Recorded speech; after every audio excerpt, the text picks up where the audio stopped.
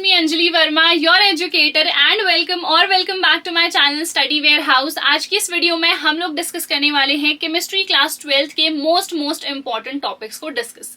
उससे पहले जो हमारा 2026 का सैंपल पेपर रिलीज हो चुका है ना, वो थोड़ा सा एनालाइज करके मैं आपको बता देती हूँ कि कहाँ पर से कौन कौन से क्वेश्चन आ रहे हैं, किस टाइप के क्वेश्चन आ रहे हैं, सो दैट जो भी मैं आप लोगों को टॉपिक्स बताऊं ना, आप उन टॉपिक्स में से सिर्फ थ्योरी प्रैक्टिस ना करो, ये सारे टाइप के क्वेश्चंस को प्रैक्टिस करो। ठीक है, तो सबसे पहले हम लोगों का जो पेपर है वो 70 मार्क्स का रहने वाला है। जो 30 नंबर है वो कहाँ से जाते हैं, तो वो स्कूल से जाते हैं। आपके प्रैक्टिकल के नंबर हैं, तो ये 30 नंबर भी बहुत ज्यादा जरूरी है। ठीक है, 3 घंटे का हम लोगों का पेपर रहता है। अब यहाँ पे देखो, टोटल हमारे पास 33 क्वेश्चंस होंगे। कुछ हमें इंटरनल चॉइसेस मिल जाती है क्वेश्चंस में। ठीक है, सेक्शन ए में हमारे पास 16 एमसीक्यूज आ रहे हैं और ये एक नंबर के होने वाले हैं, और यहीं पे आप लोगों के जो असर्शन एंड रीजन वाले क्वेश्चंस हैं वो भी हैं। ठीक है, सेक्शन बी में हमारे पास 5 शॉर्ट नहीं, एक्चुअली वेरी शॉर्ट, ठीक है, इसको करेक्ट कर लो, very short answer type questions आ रहे हैं जो कि हमारे 2 नंबर के रहते हैं। सेक्शन सी में हमारे पास है 7 शॉर्ट आंसर टाइप क्वेश्चंस और ये 3 नंबर के रहने वाले हैं।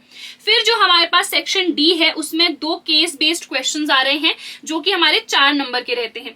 फिर सेक्शन ई में 3 लॉन्ग आंसर टाइप क्वेश्चंस हैं और ये 5 नंबर के रहते हैं। ठीक है, तो आई होप यार ये क्लियर है। सारे क्वेश्चंस कंपलसरी हैं, लॉग टेबल और कैलकुलेटर अलाउड नहीं है, तो जो लॉग टेबल है उससे बहुत ज्यादा डिफिकल्ट क्वेश्चंस आपके नहीं आएंगे। ठीक है, तो आई होप यार ये चीजें क्लियर है। और सारे क्वेश्चंस कंपलसरी तो है ही, बट इंटरनल चॉइसेस मिल जाती हैं, तो आप चूज कर सकते हो कोई भी 2 क्वेश्चंस में से। ठीक है, तो आई होप यार ये चीज क्लियर है। अब बुक्स हम लोगों को कौन कौन सी प्रेफर करनी है, देखो सबसे पहले एनसीईआरटी केमिस्ट्री के लिए इज वेरी इंपॉर्टेंट। तो जितने भी एनसीईआरटी के टॉपिक्स है ना, वो सारे आप लोगों को करने हैं। अगर कोई टॉपिक नहीं समझ में आ रहा है तो आप लोग रेफरेंस बुक से उसको सीख सकते हो, उसको पढ़ सकते हो, फिर अपने नोट्स बना सकते हो। इसके अलावा यार previous year question papers and sample question papers बहुत ज्यादा जरूरी है, क्योंकि आप यहाँ पे खुद देख रहे हो कि पैटर्न चेंज हो गया है। अब देखो, पीवाईक्यू से हमें मोस्ट इंपॉर्टेंट टॉपिक्स तो पता चल ही जाएंगे, बट जो क्वेश्चंस है वो तो हमें इस लेटेस्ट पैटर्न के अकॉर्डिंग ही करने पड़ेंगे ना। देखो एमसीक्यूज भी हैं, असर्शन एंड रीजन आ रहे हैं, यहाँ पे केस बेस्ड क्वेश्चन है, कॉम्पिटेंसी बेस्ड क्वेश्चन बहुत ज्यादा बढ़ गए हैं। ठीक है, तो विच मीन्स ये सारे टाइप के क्वेश्चंस हम लोगों को प्रैक्टिस करने पड़ेंगे सैंपल पेपर से। अब क्वेश्चन ये रहता है कौन से सैंपल पेपर्स हम लोग प्रैक्टिस करें, सो दैट हर लेवल का क्वेश्चन जो है हम लोगों से हो जाए। तो यहाँ पे देखो, ये वाली बुक है हमारी फिजिक्स वाला की, और ये है 12 सैंपल क्वेश्चन पेपर्स की बुक। इसमें लिटरली ना हर एक चीज गिवन है। सबसे पहले देखो, सैंपल पेपर्स कब प्रैक्टिस करने हैं और कैसे करने हैं। जब आपका सिलेबस इनफ हो जाए तो आप लोग सबसे पहले तो रिवाइज कर लो। तो रिवीजन के लिए यहाँ पे हर चैप्टर की चीट शीट्स आप लोगों को मिल जाएंगी। फिर आप लोग जब सैंपल पेपर्स पे आओ तो ऑब्वियसली आपने इससे पहले तो प्रैक्टिस करी नहीं है, तो उतने अच्छे से तो प्रैक्टिस हो नहीं पाएगा, है ना। तो आपको इजी वाले सैंपल पेपर्स यहाँ पे प्रैक्टिस करने हैं। और बेस्ट पार्ट इस बुक की क्या है ना, यहाँ पे आपको डिवाइड कर रखे हैं सैंपल पेपर्स भी। सबसे पहले इजी वाले हैं, फिर मीडियम और फिर हार्ड लेवल वाले सैंपल पेपर्स यहाँ पे इस बुक में गिवन हैं। इसके बाद अगर आप लोगों को चाहिए कि जो हमारा इस साल का लेटेस्ट सीबीएसई ने सैंपल पेपर रिलीज करा है वो प्रैक्टिस कर लें, तो वो भी इस बुक में है। और 2025 का जो हमारा पेपर था ना, बोर्ड एग्जाम वाला, उसका भी सोल्यूशन यहाँ पे गिवन है। और जो भी क्वेश्चंस के सोल्यूशन नहीं गिवन है, जिस भी पेपर का सोल्यूशन नहीं है, तो क्यूआर कोड मेंशन है, सिंपली स्कैन करो और पूरा सोल्यूशन आपको मिल जाएगा। ठीक है, तो ये बुक को डेफिनेटली अपने लिए परचेस कर लो, क्योंकि यहाँ पे सैंपल पेपर्स भर के गिवन है। और बेस्ट पार्ट तो मैंने आप लोगों को बता ही दिया है कि पहले इजी वाले कर लो, जब कॉन्फिडेंस बिल्ड हो गया तो फिर मीडियम में जाओ, और उसके बाद फिर आप इतने प्रिपेयर हो चुके होगे कि जो हमारे हार्ड वाले हैं उनको भी हम अच्छे तरीके से प्रैक्टिस कर लें। ठीक है, सो इस बुक की जो बाय लिंक है मैं डिस्क्रिप्शन में प्रोवाइड कर दूंगी। ये सिर्फ केमिस्ट्री के लिए ही नहीं है, ये फिजिक्स के लिए भी है, मैथ्स के लिए भी है, इंग्लिश के लिए भी है, जिस भी सब्जेक्ट के लिए आपको चाहिए है ये अवेलेबल है। So link is in the description, आप लोग जाके चेकआउट कर सकते हो। ठीक है, चलो अब देख लेते हैं कि केमिस्ट्री में इंपॉर्टेंट टॉपिक्स हमारे कौन कौन से हैं। अच्छा, ये अगर आप लोगों को पीडीएफ चाहिए है ना, सो ये हमारा टेलीग्राम ग्रुप है स्टडी वेयर हाउस, जिसकी लिंक मैंने अगेन डिस्क्रिप्शन में प्रोवाइड कर रखी है। तो ये पीडीएफ पूरी मैं वहीं पे प्रोवाइड कर दूंगी। ठीक है, तो सबसे पहले हमारा चैप्टर है सोल्यूशन। अब इस सोल्यूशन में सबसे ज्यादा इंपॉर्टेंट है हमारा हेनरीज लॉ। हेनरी लॉ होता क्या है, इसका स्टेटमेंट क्या है, लिमिटेशंस क्या है और इसकी एप्लीकेशंस क्या है। एप्लीकेशन सबसे ज्यादा इंपॉर्टेंट है, बेंड्स कैसे होता है, एनोक्सिया हमारी जो कंडीशन है वो क्या है, हाइपोक्सिया क्या होता है, ये सब कुछ मैंने वन शॉट में पढ़ा भी रखा है। वन शॉट्स आने शुरू हो गए हैं। I have literally covered each and every topic, proper notes मैंने प्रोवाइड करे हैं। तो आप लोग क्या कर सकते हो, सिंपली उन वन शॉट्स को देख सकते हो, और जो नोट्स की पीडीएफ है मैंने अगेन टेलीग्राम पे प्रोवाइड कर दी है, तो वहां पर से आप लोग डाउनलोड कर सकते हो। ठीक है, चलो फिर है रॉड्स लॉ। दोनों हमारे काफी सिमिलर हैं दोनों लॉज, बट डिफरेंस भी है। तो आखिरकार ये डिफरेंस क्या है दोनों में आपको पता होना चाहिए। फिर हमारे पास आइडियल और नॉन आइडियल सोल्यूशन क्या होते हैं। आइडियल वो होते हैं जो इसको फॉलो करते हैं, नॉन आइडियल जो नहीं करेंगे। नॉन आइडियल में भी दो आ जाते हैं, एक जो पॉजिटिव डेविएशन दिखाते हैं, एक जो नेगेटिव डेविएशन दिखाते हैं। दोनों में डिफरेंस क्या है। फिर कॉन्सेंट्रेशन रिलेटेड जो हमारे टर्म्स है, यहाँ पर से ना न्यूमेरिकल्स आपके सबसे ज्यादा बनते हैं। मोलैरिटी क्या है, मोलालिटी क्या है, मोल फ्रैक्शन क्या होता है, ठीक है, और यहाँ पे यूनिट्स को भी मेंशन करना है जब भी क्वेश्चंस को सॉल्व करोगे। फिर कॉलिगेटिव प्रॉपर्टीज क्या है, यहाँ पे जो relative lowering in the vapour pressure है और ऑस्मोसिस है, ये दोनों काफी ज्यादा इंपॉर्टेंट है। यहीं पे आ जाता है कि रिवर्स ऑस्मोसिस क्या है, डीसलाइनेशन ऑफ सी वाटर हम लोग कैसे करते हैं। फिर है वॉन्ट ऑफ फैक्टर, यहाँ पे से सिर्फ आपको एक नंबर का ही सवाल देखने को मिलेगा। बहुत ही सिंपल सा टॉपिक है, तो एक नंबर आपके फ्री के फिक्स हो जाएंगे। ठीक है, चलो उसके बाद है इलेक्ट्रोकेमिस्ट्री। तो यहाँ पे नर्स्ट इक्वेशन जो है आपकी सबसे ज्यादा इंपॉर्टेंट है, यहाँ पर से आपके बनते हैं न्यूमेरिकल। ठीक है, फिर उसके बाद कंडक्टिविटी क्या होती है, मोलर कंडक्टिविटी क्या होती है, ऑन डाइल्यूशन ये कैसे कैसे चेंज होती है। फिर हमारा यहाँ पे भी एक लॉ है, कोहलरॉश लॉ। ठीक है, देन बैटरीज क्या होती है, दो टाइप की हमारी बैटरी है, प्राइमरी और सेकेंडरी। दोनों में डिफरेंस क्या है। सेकेंडरी में हमारे पास कुछ रिएक्शंस हैं, कुछ इक्वेशंस हैं, तो वो इक्वेशंस भी आप लोगों को रट लेनी है एकदम। ठीक है, फिर फ्यूल सेल क्या होता है और कोरोजन क्या होता है। अब देखो, एक तो कोरोजन हम लोग 10th तक पढ़ते हैं, वो डिफरेंट है। यहाँ पे थोड़ा सा डिफरेंट हो गया है और थोड़ा सा डिफिकल्ट हो गया है, तो इसको अच्छे तरीके से देख लेना। जो पहले के वन शॉट्स हैं वो तो मैंने ऑलरेडी अपलोड कर रखे हैं, तो आप लोग उनको भी जाके चेकआउट कर सकते हो। और लेटेस्ट वन शॉट जो है जल्दी जल्दी अपलोड हो रहे हैं, क्योंकि मैं 2 चैनल हैंडल कर रही हूँ, तो थोड़ा सा टाइम लग जाएगा अपलोड होने में। तो अगर अर्जेंट बेसिस पे चाहिए है तो मैंने ऑलरेडी सारे वन शॉट्स जो है डाल रखे हैं, आप लोग उनसे पढ़ सकते हो। ठीक है, चलो अब आ जाते हैं हम लोग केमिकल काइनेटिक्स में। तो सबसे पहले ऑर्डर और मॉलिक्यूलैरिटी क्या होते हैं और इन दोनों में डिफरेंस क्या होता है। डिफरेंस बहुत ज्यादा इंपॉर्टेंट है यहाँ पर से। फिर हमारे पास जितने भी फैक्टर्स हैं जो कि रेट ऑफ रिएक्शन को इफेक्ट करते हैं, और इसमें most important rate law expression है। रेट लॉ एक्सप्रेशन से ही हम ऑर्डर को फर्दर डिफाइन करते हैं। फिर इंटीग्रेटेड रेट इक्वेशन हमारी फर्स्ट ऑर्डर और जीरो ऑर्डर के लिए, और हाफ लाइफ। ठीक है, इनका डेरिवेशन भी इंपॉर्टेंट है स्टेट बोर्ड्स के लिए। जनरली सीबीएसई में डेरिवेशन नहीं आता है, यहाँ पर से न्यूमेरिकल आते हैं, बट अगर आप स्टेट बोर्ड के हो तो यहाँ पे डेरिवेशन भी अच्छे तरीके से देख लेना। ठीक है, फिर हमारे पास सूडो फर्स्ट ऑर्डर रिएक्शन क्या होती है, यानी कि फॉल्स फर्स्ट ऑर्डर, जो कि एक्चुअल में है नहीं, बट दिख हमें फर्स्ट ऑर्डर की तरह ही रही है। ठीक है, फिर कोलिजन थ्योरी हमारे पास क्या है, और यहाँ पे कोलिजन थ्योरी में 2 पॉइंटर्स को हमने बता रखा है, हमने नहीं मतलब कोलिजन थ्योरी में डिफाइन कर रखा है। सो ये 2 पॉइंटर्स क्या है और कोलिजन थ्योरी इतनी इंपॉर्टेंट क्यों है। ठीक है, और यहीं पे एक्टिवेशन एनर्जी एक टॉपिक आता है, ये सब कुछ मैंने वन शॉट में करा रखा है, तो अच्छे से जाके देख लेना। ठीक है, चलो अब आ जाते हैं इनऑर्गेनिक केमिस्ट्री में। तो हमारे पास है D and F block element. तो सबसे पहले जितनी भी जनरल प्रॉपर्टीज हैं ट्रांजिशन एलिमेंट्स की, जैसे कि जो डी ब्लॉक एलिमेंट है उसको मैं ट्रांजिशन एलिमेंट कह क्यों रही हूं, कुछ को हम नहीं कहते हैं, क्यों नहीं कहते हैं, ये कलर्ड कंपाउंड्स क्यों बना रहे हैं।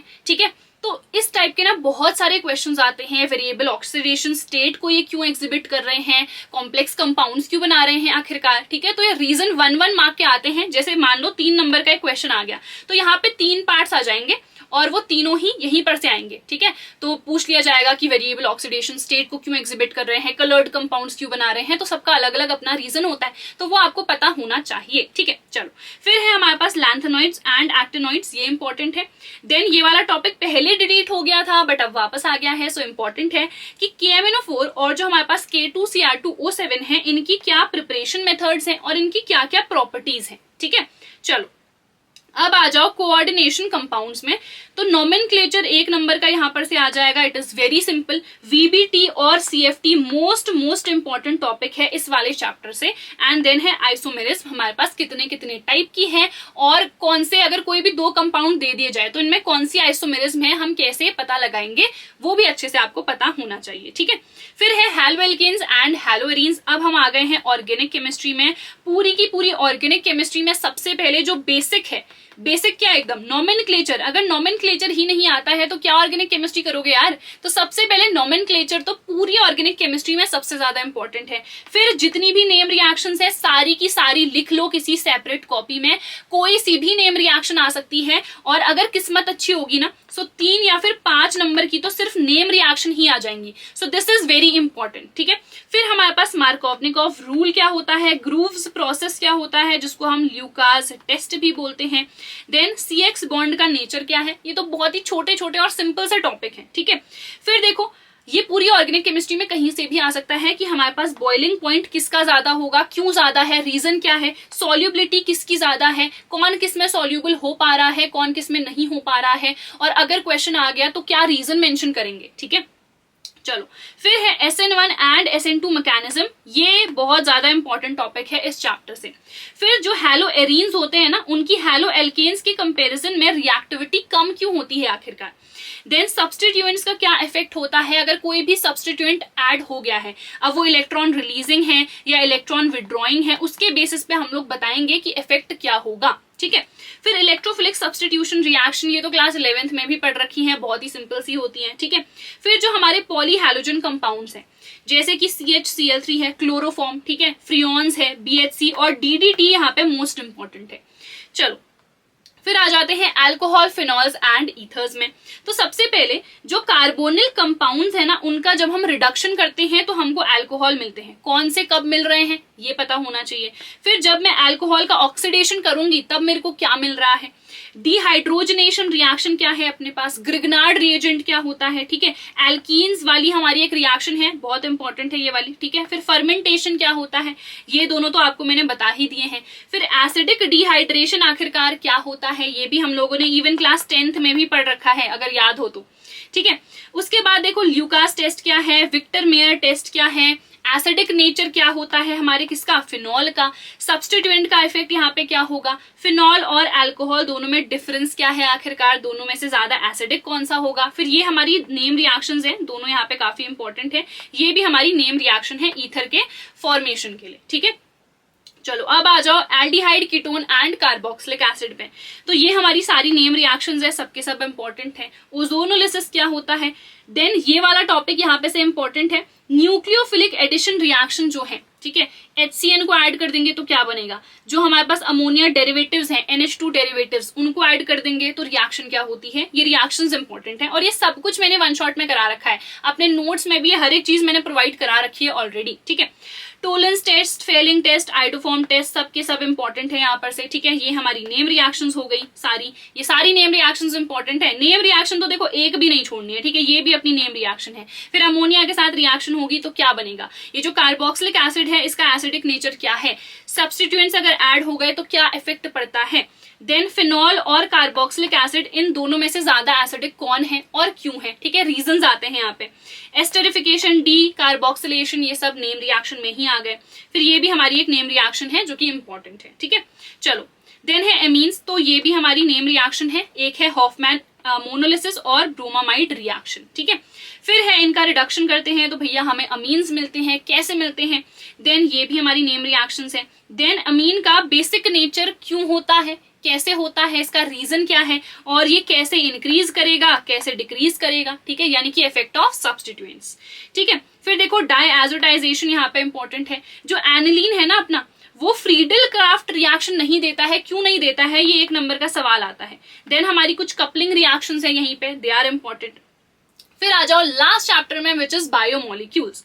अब देखो अगर ये चैप्टर्स आपने पढ़े नहीं है ना तो आपको समझ में नहीं आएंगे कि ये क्या टॉपिक है, बट एक बार पढ़ने लग जाओगे ना तो ये सारे टॉपिक्स को पहले ही लिख लो कि यार ये टॉपिक्स पे तो मुझे सबसे ज्यादा फोकस करना है और ये टॉपिक्स मेरे नोट्स में डेफिनेटली होने ही होने चाहिए। ठीक है, चलो अब देखो यहाँ पे कार्बोहाइड्रेट्स क्या होते हैं? अब यहाँ पे ग्लूकोज है, फ्रुक्टोज है, सुक्रोज है, माल्टोज है, स्टार्च है, ग्लाइकोजन है, ये सब इंपॉर्टेंट है, बट सबसे ज्यादा इंपॉर्टेंट यहाँ पे ग्लूकोज और फ्रुक्टोज है। ठीक है, इनके स्ट्रक्चर्स थोड़े से डिफिकल्ट हो जाते हैं तो उनको आप लोग स्किप भी कर सकते हो, बट ये तो बिल्कुल स्किप नहीं करने हैं। ठीक है, फिर है इनवर्ट शुगर क्या होती है, म्यूटा रोटेशन हम किसको कहते हैं, कार्बोहाइड्रेट्स की इंपॉर्टेंस क्या है आखिरकार, ग्लोब्यूलर और फाइब्रस, दो टाइप के प्रोटीन्स होते हैं, इन दोनों में आखिरकार डिफरेंस क्या है। ठीक है, देन इज जो हमारे अमीनो एसिड्स होते हैं दो टाइप के होते हैं, एसेंशियल एंड नॉन एसेंशियल, तो इन दोनों में डिफरेंस क्या है, इनके एग्जाम्पल्स क्या है। ठीक है, देन जो अमीनो एसिड्स हैं इनकी कुछ फिजिकल प्रॉपर्टीज होती हैं, जैसे कि ये ज्विटर आयन बनाते हैं, आइसो इलेक्ट्रिक पॉइंट क्या होता है, then is denaturation of proteins, ये बहुत इंपॉर्टेंट है। जो भी बायो वाले बच्चे हैं ना वो तो इस चैप्टर को इजीली कर लेंगे, बट जो मैथ्स वाले होते हैं मेरे जैसे उनको ये थोड़ा सा स्टार्टिंग में डिफिकल्ट लगता है, बट थ्योरी है तो आप लोग कर लोगे। ठीक है, फिर एंजाइम्स क्या होते हैं हमारे पास, वैसे तो एंजाइम्स इवन हमारे सरफेस केमिस्ट्री में था बट दैट इज डिलीटेड, तो हमें सिर्फ यहीं पे पढ़ना है, छोटू सा टॉपिक है। विटामिन हमें पढ़ने हैं, कौन सा विटामिन किस में मौजूद होता है, अगर उसकी डेफिशिएंसी हो जाए तो कौन सी डिजीज हो जाएगी, जैसे स्कर्वी जो है मोस्ट इंपॉर्टेंट है, अगर आपने पढ़ लिया है तो मुझे कॉमेंट सेक्शन में बताना। ठीक है, स्कर्वी के बारे में। फिर न्यूक्लिक एसिड्स भी हमारे यहाँ पे इंपॉर्टेंट है। तो ये सारे के सारे टॉपिक्स यार मैंने आप लोगों को बता दिए हैं, तो आई होप यार हर एक चीज क्लियर हो गई होगी। इन टॉपिक्स को बिल्कुल बिल्कुल नहीं स्किप करना है, हर एक टॉपिक अपने नोट्स में मैंने प्रोवाइड कर रखा है, इवन वन शॉट में मैंने पढ़ा रखा है, और ये है टेलीग्राम ग्रुप, जल्दी से ज्वाइन कर लो। यहाँ पे सारी जो पीडीएफ्स है मैंने ऑलरेडी प्रोवाइड कर दी हैं, चाहे इंपॉर्टेंट क्वेश्चन की हो, ये वाली पीडीएफ्स हो, नोट्स की हो, या फिर किसी भी टाइप के क्वेश्चन की पीडीएफ हो। ठीक है, हर एक चीज टेलीग्राम ग्रुप पे ही मिलेगी, सो जल्दी से ज्वाइन कर लो, link is in the description. So that is it for this video. I hope यार मजा आया होगा, सब कुछ समझ में आ गया होगा। सो हम मिलेंगे हमारी अगली वीडियो में। Till then bye everyone, take care and all the very best.